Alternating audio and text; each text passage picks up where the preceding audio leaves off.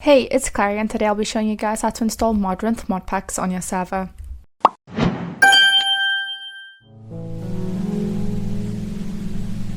Firstly, you want to make sure you have the server files downloaded for your mod pack. These are the files we're going to need to upload onto the server. For that, you'll need to have the Modrinth app installed. We'll leave the link to that in the description. Once you're in the app, you're going to want to search for the mod pack you want to download.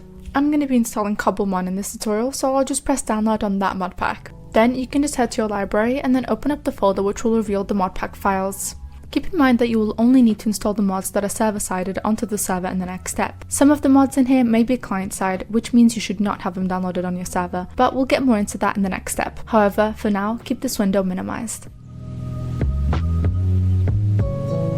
Now that we've installed the server files, we're going to head to our service and open up the server. In configuration, make sure your server is set to the same version as well as the same load of your mod pack. You can easily check this on the app's mod packs information. Make sure your server is offline, and once you've done that, head to files and then there you want to open up your minimized window again. There you want to drag in the mods folder and the configs folder. This will take a little bit to upload, but once it's done, open up the mods folder. To make sure your server doesn't crash when starting up, make sure you delete mods here that are client-sided. This means any mods that only you can see, such as Optifine. If you keep mods like this on your server, it will crash and not start up. For example, I'll be removing things like HUD, changing mods, mod menus, etc. If you're not sure what mods are client-side or not, you can Google them, and the author should tell you whether it's client-side or server-side in the mod description. Once you've done that, start up the server. After a while, the server should be started up. However, if it crashes, it's because you've missed a client-side mod or two. Simply read what mods those are in the console crash report and then remove them accordingly. Once that's all done, the server should be all started up. All you then have to do is open the Modrinth app and press play in the mod pack for it to launch Minecraft automatically. Once inside Minecraft, paste the hostname and ta-da! The mod pack should be working as intended.